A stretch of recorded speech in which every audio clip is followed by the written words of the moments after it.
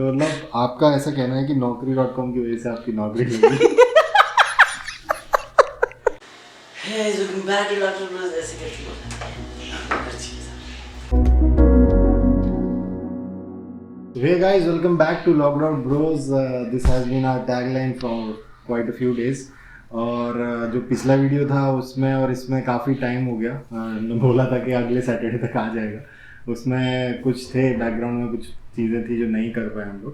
तो इस वीडियो का शीर्षक रहेगा कि आप प्रोडक्ट कंपनी में जाना चाहते हैं तो किस तरह जाएंगे। पर अगर आपको ज़्यादा प्रोडक्ट कंपनीज में अप्लाई करना है, मान के चलो अमेजोन, गूगल, तो आपको एक बहुत ही की स्किल आनी चाहिए जो कि है Java language as a technology. तो अगर आपको वो जानना है कि किस तरह हम जावा सीख के अच्छी कंपनीज में अप्लाई कर सकते हैं, या फिर अगर ट्रांजिशन करना चाहते हो सर्विस से प्रोडक्ट में, तो हमारे साथ आज संदीप हैं। तो वो बताएंगे आपको कि कैसे किस तरह से हम क्या प्रिपेयर करेंगे और किस तरह इन्हें प्रिपरेशन की थी, तो वो हम आपको बताना चाहेंगे। तो this will be around 10 minute video, so bear with us for that at least. So let's get started. Maybe Sandeep can introduce himself for the video. Hi guys. तो मोस्टली आप लोग जानते हो, अगर आप वीडियोस देखते हो तो मुझे जानते ही होगे। तो मैंने एज एन जर्नी वाइज मैं आपको बताता हूँ मैंने कहाँ से स्टार्ट करा था। एज ए जर्नी वाइज मैंने TCS से स्टार्ट करा था। वहाँ पे अराउंड 3 इयर्स था मैं, और वहाँ पे as a full stack developer काम करता था। तो जावा और फ्रंट एंड दोनों पे काम करता था। फिर उसके बाद मैं एक्सेंचर में गया, वहाँ पे अराउंड 2.5 इयर्स काम करा वहाँ as a full time back end developer. और फिर अभी रिसेंटली 6 मंथ से मैं लोज में काम कर रहा हूँ। तो लोज जिसको नहीं पता है उसके लिए, लोज इज़ अ फॉर्च्यून 50 कंपनी। तो यहाँ पे अभी यही ओवरऑल यही है जो है। तो अभी जैसे मैंने बताया कि एक फॉर्च्यून 50 कंपनी में काम कर रहे हैं, तो ऑब्वियसली ये कंपनी प्रोडक्ट कंपनी है। तो आप इससे पहले सर्विस बेस्ड में थे, तो सर्विस बेस्ड कंपनी से प्रोडक्ट कंपनी में ट्रांजिशन, आपको क्या मोटिवेशन क्या था? तो एज इन जब पहले TCS में थे तब तो ऐसा कुछ मोटिवेशन तो कह नहीं सकते, बिकॉज आइडिया नहीं था क्या सर्विस बेस्ड है क्या प्रोडक्ट बेस्ड है। हमारे लिए तो ऐसे ही था कि TCS बहुत बड़ी कंपनी है। फिर उसके बाद जब ज्वाइन करा, जब सीनियर्स का न्यूज़ आने लगा कि यार ये प्रोडक्ट बेस में चला गया, इसको इतना पैसा मिला, तो मेन जो मोटिवेशन था मेरे हिसाब से वो मनी था, और ऐसा सच और कोई मोटिवेशन था नहीं। तो उस टाइम पे समझ आने लगा कि हाँ यार प्रोडक्ट बेस में जाएंगे तो पैसा बहुत मिलने लगेगा। फिर जब एक्सेंचर ज्वाइन करा, एक्सेंचर ज्वाइन करने के बाद हमारा जो क्लाइंट था वो बहुत बड़ा क्लाइंट था, इंजेनिको ई-पेमेंट्स करके। तो यूरोप का क्लाइंट था हमारा।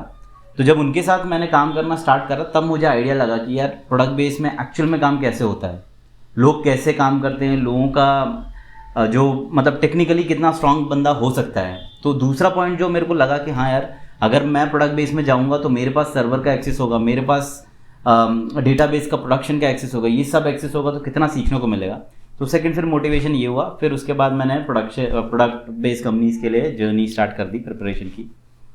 तो मतलब इतना बड़ा प्रोसेस है, 5 साल के बाद, आप एक्सपीरियंस के बाद you have switch to a product company. तो obviously you would have struggled and hustled for some time. So what was the preparations you did for कि आपको अब मेरे को इस प्रोडक्ट में जाना है, तो मैं स्पेसिफिकली प्रोडक्ट के लिए आपने क्या तैयारी की? स्पेसिफिकली देखिए, जावा का बहुत ही सिंपल, जावा एज इन जावा की बात नहीं करूँगा, कोई भी आप प्रोडक्ट बेस्ड कंपनी में जाओ आप, उनका मेन 2 चीज़ें होती हैं। फर्स्ट चीज़ डेटा स्ट्रक्चर एल्गोरिथम। वो कोई भी बंदा प्रिपेयर कर रहा है, प्लीज़ बहुत अच्छे से प्रिपेयर करना, फर्स्ट जो उनका है प्रेफरेंस। सेकंड, कोई भी एक लैंग्वेज सॉलिड होनी चाहिए। मतलब अगर वो, और ऐसा होगा ही नहीं कि आपका कोडिंग राउंड ना हो, कोडिंग राउंड होगा 1, 2 या 3। तो वो कोडिंग राउंड जब होगा तो वो सिर्फ डेटा स्ट्रक्चर एल्गोरिथम और कोडिंग के ऊपर ही खेलेंगे। अगर वो आपका अच्छा है तो आप कोई भी प्रोडक्ट बेस्ड कंपनी में जा सकते हो। ओके। तो मतलब आपको जैसे अभी लोज इज अ फॉर्च्यून 50 कंपनी, तो वो डायरेक्टली तो ऐसे लेती नहीं होगी।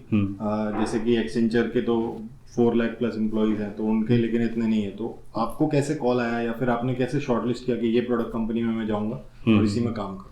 तो मेरा, जब मैं एक्सेंचर से स्विच मारने का प्लान कर रहा था, तो मेरा एक बहुत, मैंने डिसाइड किया था कि मैं सर्विस बेस के इंटरव्यूज़ नहीं दूंगा।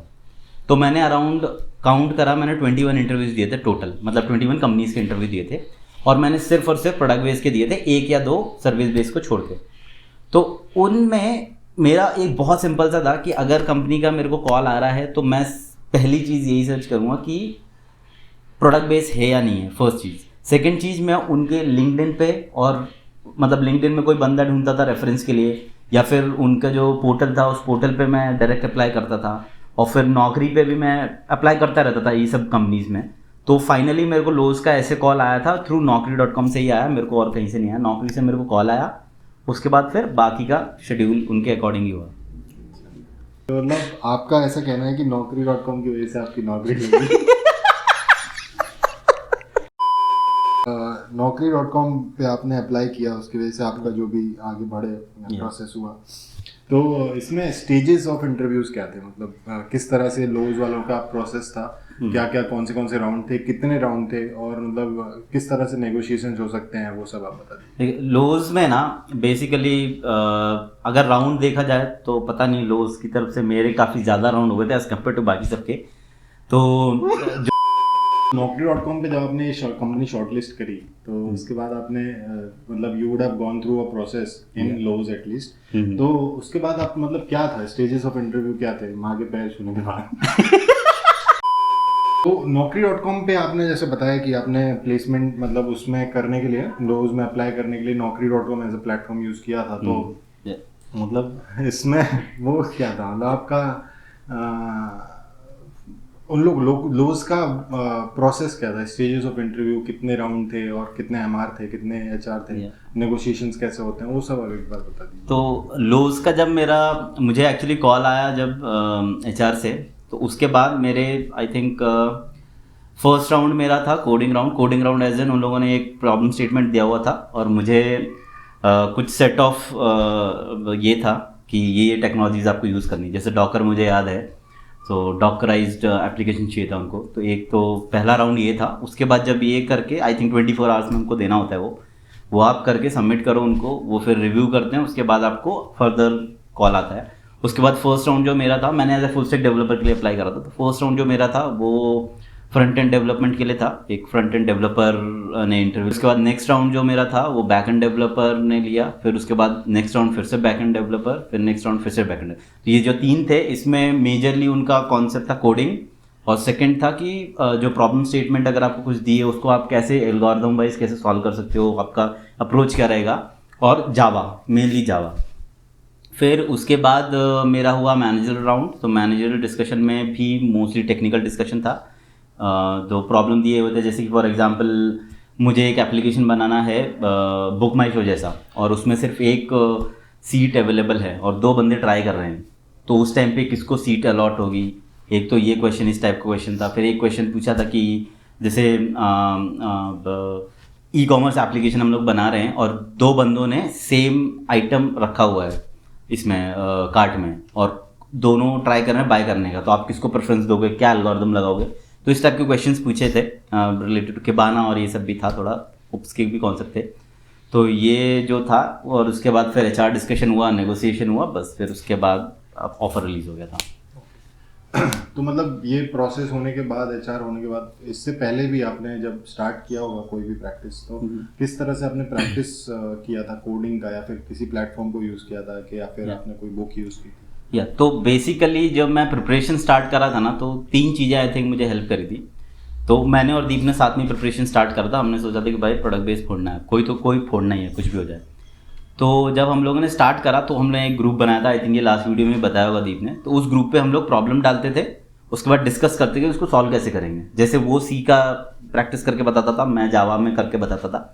तो एक तो वो बहुत आई थिंक बहुत हेल्पफुल, अगर आपके पास कोई ऐसा दोस्त है तो प्लीज़ उसके साथ ग्रुप बना के स्टार्ट करो, बहुत यूज़फुल होता है। सेकंड चीज़ जो मैंने स्टार्ट करी थी, मैंने लीड कोड और हैकर रैंक पे स्टार्ट कर दिया प्रैक्टिस करना, जो कि मेरे हिसाब से बहुत ही ज़्यादा इफेक्टिव था। तो जब आप लीड कोड पे स्टार्ट करो ना, तो स्टार्ट ईजी से करना, और जब आप दिन में 2 मीडियम करने लगोगे ना, तो आप मतलब रेडी हो किसी भी प्रोडक्ट बेस के लिए। और तीसरा जो मेन जो था कि मैंने जावा प्रिपरेशन मतलब बिल्कुल बहुत ही अच्छे से करी थी। मतलब 6 महीने में मैंने पूरा जावा पढ़ लिया था, बेसिक से लेके एडवांस तक। तो मेरा एक रहेगा कि भाई जब आप जावा पढ़ रहे हो ना, तो ऐसा कोई भी कॉन्सेप्ट मत सोचना जो नहीं पूछ सकते हैं। सब कुछ पूछ सकते हैं, सब कुछ पढ़ना, कुछ भी टॉपिक मत छोड़ना। आई थिंक उतना काफ़ी है, बेसिक से अगर आप प्रिपेयर करो तो अच्छा है। अगर आपको चाहिए तो एक है यूट्यूब पे दुर्गा सर करके हैं, उनके 203 वीडियोज़ है, एक प्लेलिस्ट है, उससे आप प्रिपेयर कर सकते हो जावा के लिए एटलीस्ट। तो लोज में ज्वाइन होने के लिए ऐसे कोई एग्जाम्पल क्वेश्चंस है? Obviously over a period of 8 और 9 interviews you can not tell, पर फिर भी ऐसा कुछ स्पेसिफिक आप बताना चाहें कि भाई ये ऐसा क्वेश्चन है जो हो सकता है आ जाएगा, ऐसा मतलब 10% हेल्प हो जाएगी लोगों को। जैसे कि मेरे हिसाब से अगर जावा में देखा जाए तो कुछ सेट ऑफ टॉपिक्स मैं बता सकता हूँ जो कि बहुत इंपॉर्टेंट है। जैसे कि स्ट्रिंग हो गया, स्ट्रिंग अभी भी किसी को नहीं पता कि यार अगर मैं न्यू के साथ बना दूँ तो कितने ऑब्जेक्ट बनते हैं, कहाँ बनते हैं, ये सब जो है ना ये बेसिक्स में आते हैं, बट ये बहुत इंपॉर्टेंट टॉपिक्स हैं। स्ट्रिंग का पढ़ो, आप कलेक्शंस पढ़ो, फिर कलेक्शंस में एज इन सिर्फ नॉर्मल कलेक्शंस नहीं, अनमॉडिफाइबल जो होते हैं, ये सब जो चीज़ें होती हैं ना, ये सब चीज़ें कॉन्करेंट कलेक्शंस होते हैं, ये सब चीज़ें इंपॉर्टेंट हैं। थ्रेडिंग जो हम लोग करते हैं वो थ्रेडिंग बहुत इंपॉर्टेंट, जो जावा में हम लोग कैसे थ्रेड सेव बना सकते हैं किसी भी प्रोग्राम को। जैसे हम सिर्फ सिंगलटन, अगर मान लीजिए आप कोई बोलता है सिंगलटन क्लास बनाना है, ठीक है, जैसे कि ये मेरे को क्वेश्चन पूछा हुआ है कि हमने एक सिंगलटन क्लास बनाया हुआ है, ठीक है, अब वो सिंगलटन क्लास को थ्रेड सेव कैसे करना है। सिंगलटन क्लास तो हम सब पढ़ लेते हैं, कहीं ना कहीं मिल जाएगा, बट उसको थ्रेड सेव बनाने का जो टेक्निक है ना वो सिर्फ जब आप पढ़ोगे जावा को तभी आपको समझ आएगा। तो ये सब चीज़ें जो है ना ये टॉपिक वाइज आप पढ़ सकते हो। फिर वैसे ही जो हमारा ओवरराइड और ओवर लोड वाला जो कॉन्सेप्ट्स हैं वो बहुत इंपॉर्टेंट कॉन्सेप्ट्स हैं, और उसमें बहुत सारे सिनेरियोज है, वो हम लोग कवर करेंगे जब जावा कर रहे होंगे। बट वो जो कॉन्सेप्ट्स है ना वो बहुत इंपॉर्टेंट है। मैंने सिस्को का भी इंटरव्यू दिया हुआ था, वो भी मैंने क्लियर किया हुआ है। तो जब सिस्को का मैंने इंटरव्यू दिया था ना तो मेनली उन लोगों ने सिर्फ उस पर क्वेश्चन पूछे थे, सिर्फ उतने जो बेसिक होते हैं उस पर। आप समझ रहे हो कि मतलब वो कितना इंपॉर्टेंट है। तो ऐसे ही बहुत सारे टॉपिक्स होंगे, वो अगर आप करोगे जावा को, और डेटा स्ट्रक्चर में मैं बोलूँगा कि आप एटलीस्ट ट्री तक तो आपको आना चाहिए, मतलब बहुत अच्छा आना चाहिए। ग्राफ अगर आप, ठीक है, अगर कॉन्सेप्ट पता तो ठीक है, लेकिन ट्री तक तो आपको आना ही चाहिए अच्छे से। ओके तो ऐसा कुछ डॉक्यूमेंट आपने प्रिपेयर किया हो या फिर क्वेश्चंस लिखे हो, क्योंकि यूजुअली सब लिखते ही हैं कि भाई क्या इशू आया था आपको प्रीवियस कंपनी में, या फिर क्या प्रोजेक्ट था, या फिर किस तरह के क्वेश्चंस आते हैं। अगर आपने वो लिख के रखे हो तो as we had done in the previous video of LT, तो 40 क्वेश्चन मेरे पास थे। अगर आपके पास ऐसा कुछ है तो we can share it with the people. तो एज इन क्वेश्चंस तो मैंने नहीं रखे, बट या मे बी एक चीज़ हम कर सकते हैं, हम टॉपिक शेयर कर सकते हैं आपके साथ कि ये टॉपिक्स जावा में इंपॉर्टेंट है, ये टॉपिक्स डेटा स्ट्रक्चर एल्गोरिथम में इंपॉर्टेंट है, और कुछ वीडियोस हम लोग बता देंगे जो जहाँ से आप पढ़ना स्टार्ट कर सकते हो, वो हम लोग दे सकते हैं। तो वही है, बाकी तो सब आपकी मेहनत के ऊपर है। ओके और आप ये जो थ्रेडिंग बोल रहे थे वो ओके सो बीच में बहुत सारे कट है इस वीडियो में ऑब्वियसली, बिकॉज इसमें ऐसी ऐसी चीज़ें हो गई, but all is well now. तो thank you for joining this fun session I think with Sandeep. Keep watching, keep supporting. At least 360 subscribers हो गए हैं, वही बहुत बड़ी बात है हमारे लिए, हम तो 50 भी नहीं सोच रहे थे। पर थैंक्स फॉर वॉचिंग गाइस। प्यार देने के लिए शुक्रिया। रियली